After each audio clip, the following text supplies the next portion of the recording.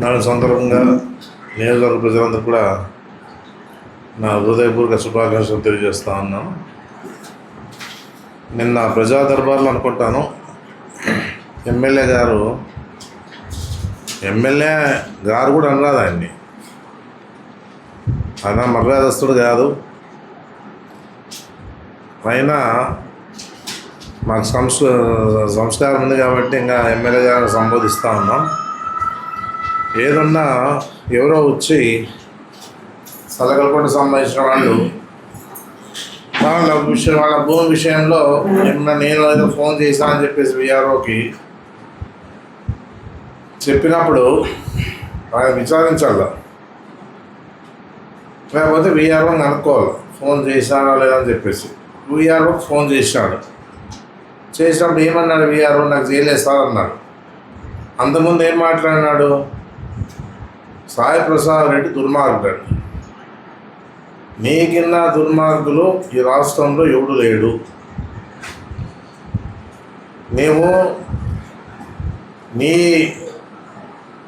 నీవన్నీ కూడా కప్పిపుచ్చుకోవాలనే ఉద్దేశంతోనే diversion politics చేస్తూ ఉండే పరిస్థితి మన నియోజకవర్గ ప్రజలకు తెలుసు అందరికి కూడా. మేము నటనతో కూడుకున్నటువంటి రాజకీయం చేస్తూ ఉన్నాం. అదంలో బాధ్యతాయుతంగా రాజకీయం చేయడం లేదు. ఏదో నేనేమో నీతివంతుడు అన్నట్ల, అంటే అందరికి సహసహకారం అందిస్తానన్నట్ల ఏదో చెప్తా ఉంటూ నీతులు పలుకుతూ ఉన్నాడు. ఈయన చేసేవన్నీ తప్పుడు పనులే, ఏది కూడా కరెక్ట్ అయిన పద్ధతిలో చేసే పరిస్థితిలో ఈయన లేడు. ఇంకా నటన అదేదో కాలు ఇగిపోయిందని చెప్పేసి, సానుభూతి రావాలని చెప్పేసి, ఏదో ప్రజలు నన్ను నమ్మతారులే అనే ఆలోచనతో పైన ఇంత కష్టపడతా ఉన్నాడు కాలు ఇగిపోయినా అని చెప్పేసి అనుకోవాలని చెప్పేసి ప్రజలు బాగా తెలిసింది నటనని. ఈ నటనతో కూడినటువంటి రాజకీయాలు చేసేదానికి వచ్చానని చెప్పేసి ప్రజలు కూడా అనుకోవడం జరుగుతూ ఉంది. ఏదున్నా నీ రాజకీయాలు అందరూ తెలిసిపోయినాయి.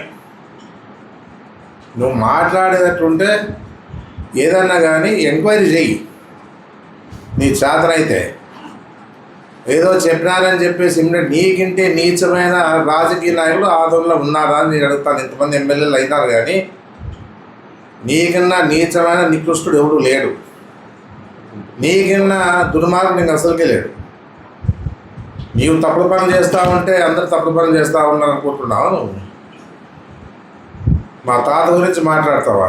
నా సంస్కారం ఉంది కాబట్టే మీ తాత గురించి నేను మాట్లాడు. ఎందుకంటే వాళ్ళు ఎప్పుడో పుణ్యాత్ములు వాళ్ళు ఉంటారు. నువ్వు ఏదైనా ఉన్నా వ్యక్తిగతంగా ఉంటే నాతో మాట్లాడు. మా తాత గురించి ఏదో మాట్లాడతావా? సాయి ప్రసాద్ రెడ్డి గారి సాయి ప్రసాద్ రెడ్డి తాత గారు అంటావా? మా తాత అనడానికి నీకు అర్హత ఉందనుకుంటున్నావా? నీ బతికేమని అందరికి తెలుదా? ఈరోజు నడివంతరపు సిరి అంటారు. ఆ నడివంతరపు సిరి వచ్చింది కాబట్టి నువ్వు ఎక్కువ మాట్లాడే పరిస్థితి వస్తూ ఉంది నీకు. నీ లెక్క మేము ఎవరిని కూడా దోచుకునే పరిస్థితి లేదు. నీ అంత దోపిడీదారుడు ఎవరంటారో నీ ఉండవు. ఎందుకంటే ఇదే సాక్ష్యం. ఇది నీకు 162 సర్వే నంబర్ బాలాజీ ఎస్టేట్ గతంలో ఎవరి పేరు మీద ఉంది, ఇప్పుడు ఎవరి పేరు మీద ఉంది? ఆల్రెడీగా లేఅవుట్ అయిపోయింది. అది ఆ లేఅవుట్ అయిన దాన్ని కూడా నీవు ఎంఆర్ఓకి చెప్పి దాన్ని వేరే వాళ్ళ పైన ఆన్లైన్లో ఎక్కించా. నీవు నిజంగా నీలో దుర్మార్గం లేకపోతే ఈ సర్వే నెంబర్ సంబంధించినటువంటి ఫైల్ తెప్పించుకొని ఆన్లైన్లో తొలగించు. నీ కథ ఏమో బండారం బయటపడుతుందని చెప్పేసి కూడా చెప్పడం జరుగుతూ ఉంది. నీ బండారం బయటపడుతుంది. ఇది నువ్వు ఎంత తిన్నావు ఏమి అనేది కూడా వాళ్ళు వచ్చి నా ఎదురుగా చెప్తారు. ఎంఆర్ఓకి ఎంత ఇప్పించినావు, నువ్వెంత తీసుకున్నావు. నువ్వు నిజంగా నీతివంతుడు కదా. దమ్ముంటే ఈ సర్వే నెంబర్ రేపు పొద్దున్నే పిలిపించుకొని తహసీల్దార్ని ఇది ఆన్లైన్లో ఉందే చూసి 162 సర్వే నెంబరు అది ఎవరి పదంలో ఎవరు లేఅవుట్ వేసినారు అనేది చూసిన తర్వాత నీవు దాన్ని ఆన్లైన్లో నుంచి తీపి,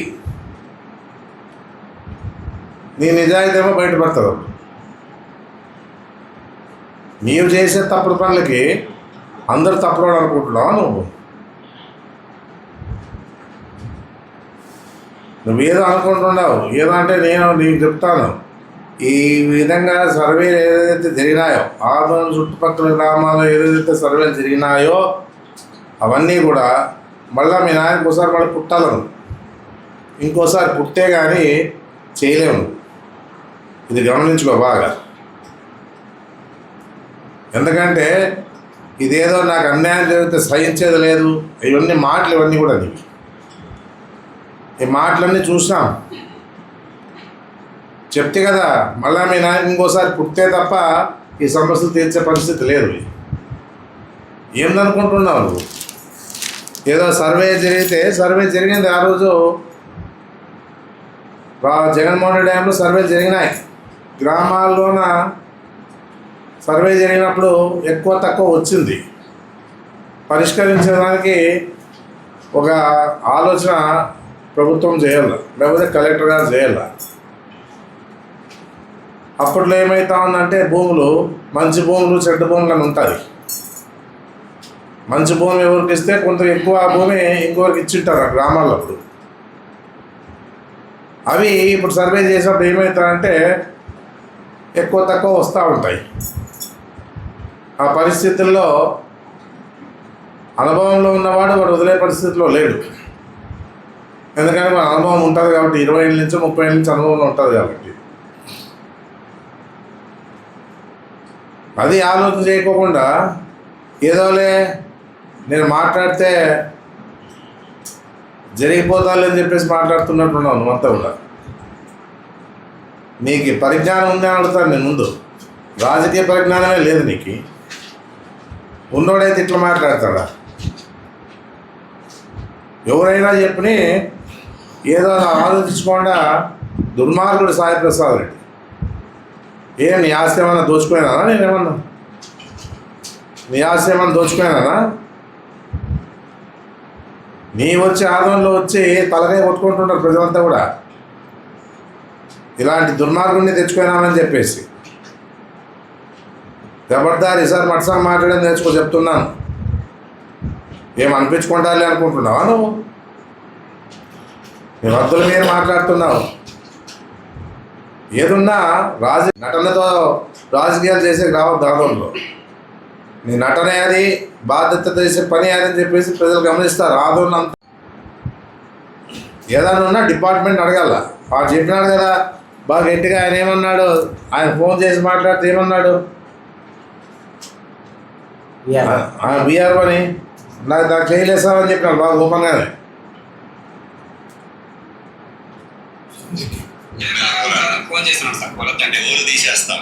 తోలు తీస్తాం, అందరికి తోలు తీసేస్తాం. ప్రసాద్ రెడ్డి మళ్ళీ వచ్చి కానీ లేదా ఆయన చెప్తున్నట్టు మనకు తెలియదు.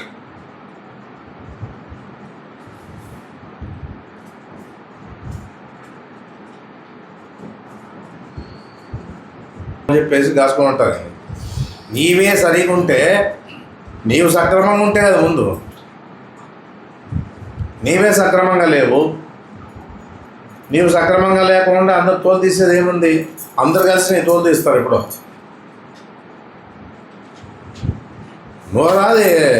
నోరేనా అది నీకు?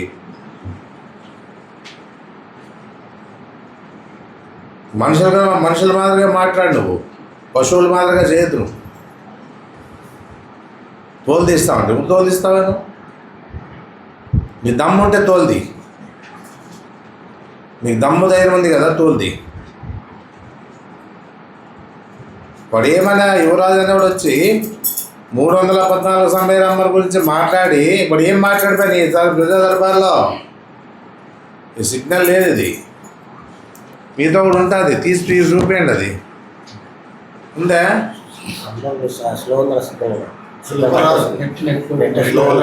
పెట్టినాడు అని అంటే నువ్వు ఎంక్వైరీ చేసుకోవాలా. ఏం కథ అని చెప్పేసి ఒక విద్యావంతుడిగా ఒక ఎమ్మెల్యేగా ఏమనుకోయినావు? ఎమ్మెల్యే అంటే అదే ఇష్టాలు ఎవరు చెప్తే ఇనే అనుకోయినావా నువ్వు? తోలు తీస్తాడు, అందరు తోలు తీస్తాడు. ఉండాల బుద్ధి జ్ఞానం ఉండాలి మాట్లాడేటప్పుడు ఏదన్నా కూడా. నువ్వు చేసేవన్నీ తప్పుడు పనులు చేస్తున్నావు. ఆధార్ కార్డు మార్చినోడు ఏం చేస్తున్నావు నువ్వు? ఆధార్ కార్డు మార్చినోడు ఏం చేసి కబ్జా చేస్తే 6 ఎకరాలు బతికున్న సంపి కబ్జా చేసి వాడు ఏం చేసి నువ్వు కాపాడితే వాడిని.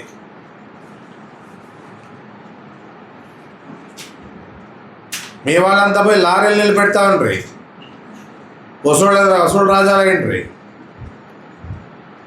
పోయి జెండాలు పాత్రి. మా ఆయనలో ఎప్పుడైనా అయింది అట్లా? లారీలు నిలబెట్టేది కానీ, జెండాలు పాతేది కానీ, కబ్జాలు చేసేది కానీ.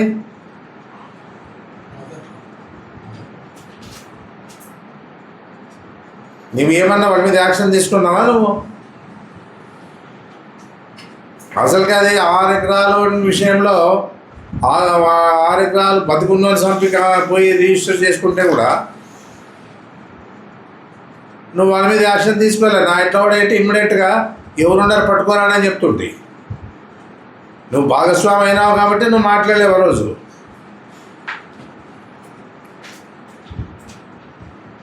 ఏదన్నా నోరు భద్రం పెట్టుకొని మాట్లాడేది నేర్చుకో. నువ్వు చాతకాంతనం అనుకోవద్దు, మంచితనాన్ని చాతకాంతనం అనుకోవద్దు.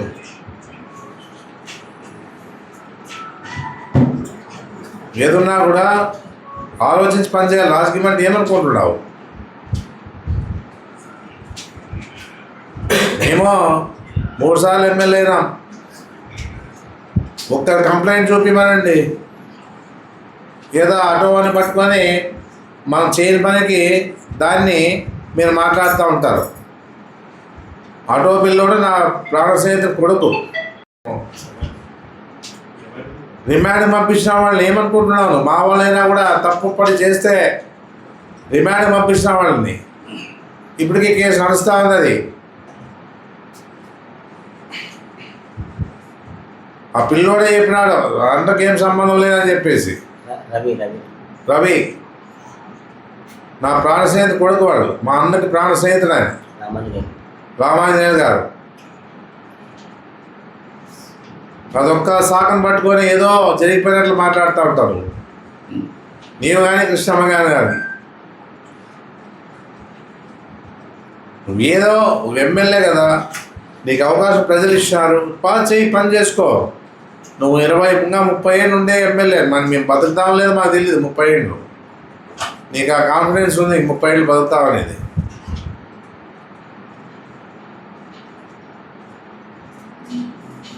అప్పుడే ఇంకో సీట్ వెతుక్కుంటా ఉంటావు. ఈ ఆదంలో నిలబడే పరిస్థితి ఏమి ఉండదు. నీకు ఏదో కూటమిలో కాబట్టి వచ్చింది. నీకు కూటమే లేకపోతే నీకు సీట్ ఎక్కడి నుంచి వస్తుంది? అది నీకు తెలుసు బాగా. అది నీకు బాగా తెలుసు.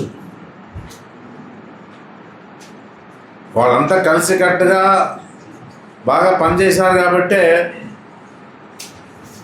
గెలిచారని మేము అనుకుంటున్నాము. మీ కుతంత్రాలన్నీ మాకు తెలుసు.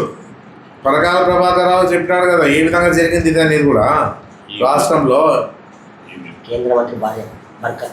కేంద్ర మంత్రి భర్తే చెప్పినాడు డైరెక్ట్గా. ఆయన మొదట ఆయన క్యాబినెట్లోనే ఆయన ఒక మంచి పోస్ట్ ఇచ్చి పెట్టిండే చంద్రబాబు నాయుడు గారు. అలాంటి వ్యక్తే ఓపెన్గా మాట్లాడడం జరిగింది. చీఫ్ అడ్వైజర్గా, సలహాదారుగా, ప్రభుత్వ సలహాదారుగా ఆ విధంగా ఎమ్మెల్యే అయ్యావు కాబట్టి ఆదరణ ప్రజల ద్వారా ఎమ్మెల్యే కాలేను. ఏదో ప్రజా దర్బార్లో కూర్చుంటే ఏదో గొప్పగా నువ్వు చేసుకున్నట్లుగా అంత ప్రజలు మెచ్చుకుంటున్నారు. నువ్వు రోజు దాంట్లో కనపడాలి. ఎందుకంటే నీకు ఒక అది ఫ్యాషన్. నీకు రోజు కనపడతా అంటే ఎంతో కష్టపడతాడు ఎమ్మెల్యే అనే పరిస్థితి రావాలని చెప్పేసి ఉద్దేశంతో నటన చేస్తా ఉన్నాం. కానీ బాధ్యతగా చేయడం లేదు. ఏదన్నా ఆలోచించాలి. ఏందనుకుంటారు? రాజకీయం అంటే ఇష్టాసారం మాట్లాడే అనుకుంటున్నావా? మాట వస్తాయి మాట్లాడేకి.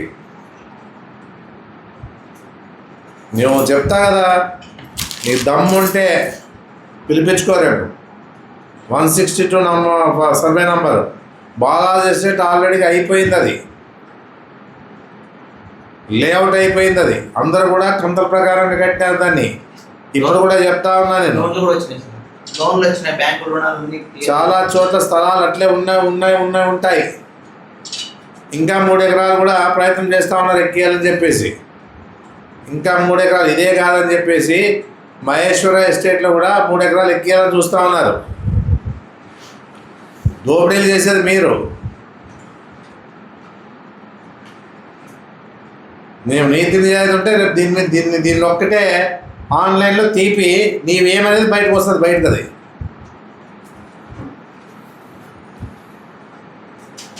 వాడు యువరాజు కూడా చెప్పినాడు కదా, ఏం చెప్పినాడు, సార్ మీది వీకే చెప్పిన మీ నోటీస్ తెచ్చా అన్నాడు. అది ఏమీ లేదు, అది ఆ 314 అనే సర్వే నంబర్లో ఏమీ లేదు, అంత కరెక్ట్గానే ఉంది. అయినా నీ దృష్టికి వచ్చింది, నువ్వు కూడా పోయి ఆ మజ్జిగలో ఏదంటారు చూడు అట్లా, నువ్వు మజ్జిగలో అదితే అయిపోయా, ఎవరు తాగద్దా నీకు మజ్జిగని. అట్లా నువ్వు పోయేది అట్లా పోయి చూసుకొచ్చేస్తే వాడు అప్పుడే నీకు సిగ్నల్ అవన్నీ, నువ్వు పోయినావంటే సిగ్నల్ అవి. ఇది అందరూ తెలుసు, నేనే కాదు అందరూ తెలుసు. ఇది ఇన్నాళ్ళు 15 ఏళ్ళు ఎమ్మెల్యేగా ఉన్నా కూడా ఒక రియల్ ఎస్టేట్ దగ్గర మేము పోలే, ఎవరు మా దగ్గర అన్యాయం జరిగిందని రాలే. వచ్చిన వాళ్ళు కూడా అన్నీ చూసాం, మేము రికార్డెడ్గా చూసిన పరిస్థితి ఉంది. ఉందా లేదా అని చెప్పేసి డిపార్ట్మెంట్నే పెట్టుకొని పనిచేస్తాం.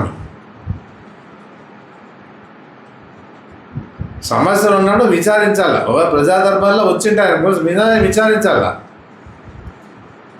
ఏదన్నా మాట్లాడితే గొప్ప అనుకోయినావా మమ్మల్ని? అయినా సంస్కారం ఉంది కాబట్టి మీ తాత గురించి మాట్లాడలే. ఈ పరిష్కారం చేయాలనుకుంటే అంత ఈజీగా అనుకుంటున్నావా? దేశమంతా ఇదే ఉంది, మన ఆందోళనే కాదు, రాష్ట్రం అంతా ఇదే ఉంది.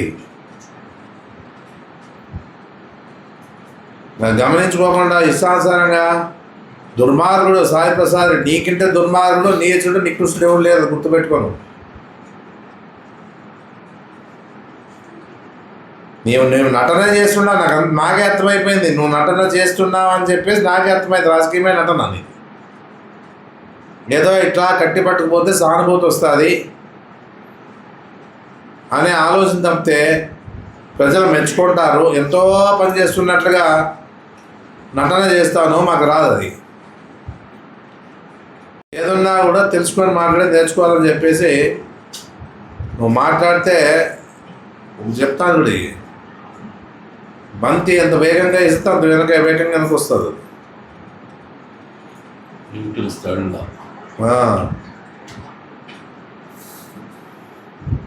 ఎవడైనా రాని ఏదో చెప్తాను, ఏమిలే వాడు ఎవడో ఎమ్మెల్యేలు కూడా చెప్పారు, ఎమ్మెల్యేలు కూడా చెప్పేసి అదేదో ఎస్టేట్ ఉందని చెప్పేసి అప్పట్లోన మీదే అది 444 కాదు, అది మీ వాసుబాబు గమ్మింది, మెండూరు వాసుబాబు గమ్మింది. రికార్డెడ్గా ఉండే పరిస్థితిలో వాడు కూడా వచ్చి చెప్తే ఇవన్నీ నిజాలు ఉన్నాయా? 430గా ఎవరన్నా కానీ నేను చెప్పేది, నువ్వేమంటే డిపార్ట్మెంట్ అడిగా ఇమ్మీడియట్గా వ్యక్తిగతంగా మాట్లాడతావు నువ్వు.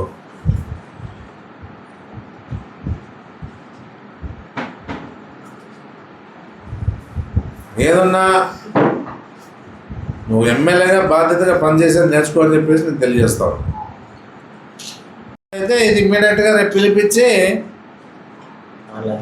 162 సర్వే నంబర్లో 162నే 1993లోన రాయించుకున్న వారు బాలాజీ ఎస్టేట్ ట్రేడర్స్ కూడా ఉంటారు. ఒకటి పార్ట్నర్స్ బాల సుబ్బయ్య గారు ఊరు, బివి సుబ్బయ్యరావు గారు ఊరు. రాయించి ఇచ్చిన వారు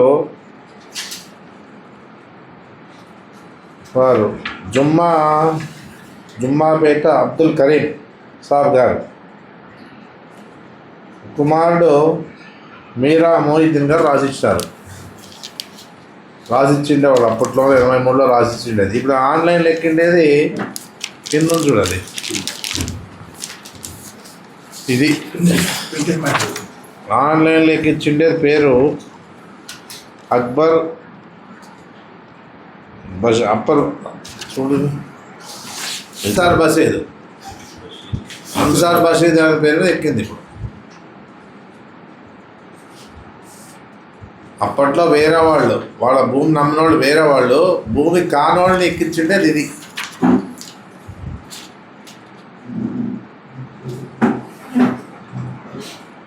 అన్సార్ బషీర్ అయింది ఆన్లైన్లో తీసే మనం రికార్డులు ఏముండే చూపి మనం. ఇంకా 3 ఎకరాలు ఎక్కేలా ప్రయత్నం చేస్తారు. 2 ఆ రోజుల్లో అప్పట్లో అయింది. మహేశ్వర ఎస్టేట్ ఒకటి, బాలాజీ ఎస్టేట్ 2. ఈ డేట్ కూడా మెన్షన్ చేయండి ఎప్పుడు చూడాలి డేట్ నుండి కళ్ళు కనపడేవారు. 2025లో ఎక్కించినారు ఆయనే. 4/11/2025. 25లో అంటే ఎన్ని నెలలు అయింది? 4 నెలలు అయింది. లెక్కేసుకోండి ఇంకా. అంటే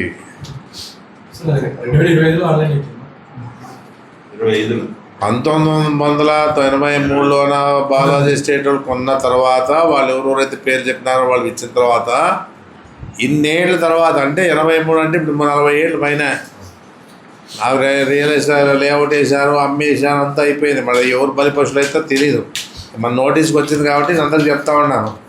ఆ బాలాజీ ఎస్టేట్లోదే ఈ 3 ఎకరాలని మళ్ళా ఆన్లైన్లోన అన్సర్ బషీద్కి ఎక్కించిన 4 నెలలు అయిందంటే ఇంక లెక్కేసుకోండి ఎవరు ఎక్కించుంటారు ఏమనేది కూడా. ఇది కూడా వారసత్వం కింద వచ్చింది అని పెట్టారు.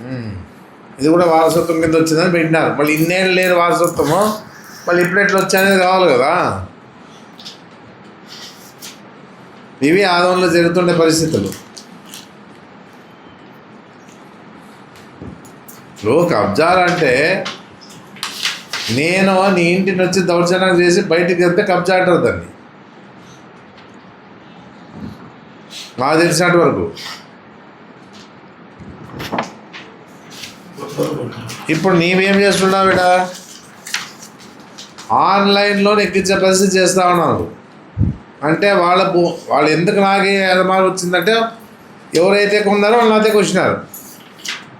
సార్ మేము అమ్ముతాం భూమిని, దాని మీద ఎంక్వైరీ చేస్తే పేలింది ఇది. ఇన్నేళ్ళు లేని భూమి ఆదోన్లోన ఇంతమంది రియల్ ఎస్టేట్లు చేసుకునే వాళ్ళు ఉన్నారు. వాళ్ళు కాదని నా దగ్గర వచ్చిందంటే ఇది ఏదో జరిగిందని చెప్పేసి ఉద్దేశంతోనే దాన్ని ఆరాధిస్తే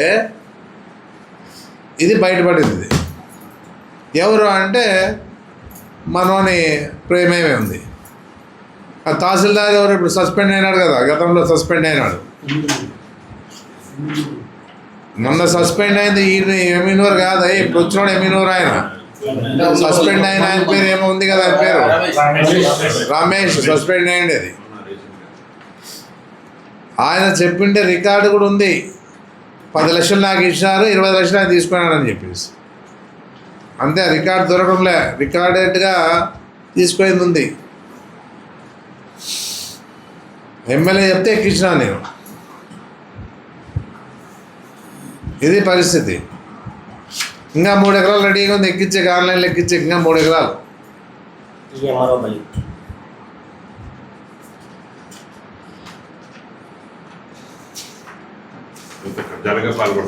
ఆదో ప్రజలు తెలుసు. నేను దుర్మార్గుడో సన్మార్గుడో అని అందరూ తెలుసు.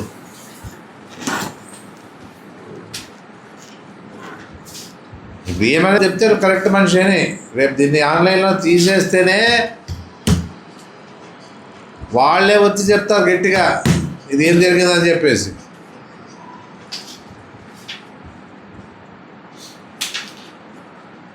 వాళ్ళే చెప్తారు వచ్చి దీని మీద స్టేట్మెంట్ వచ్చిస్తారు.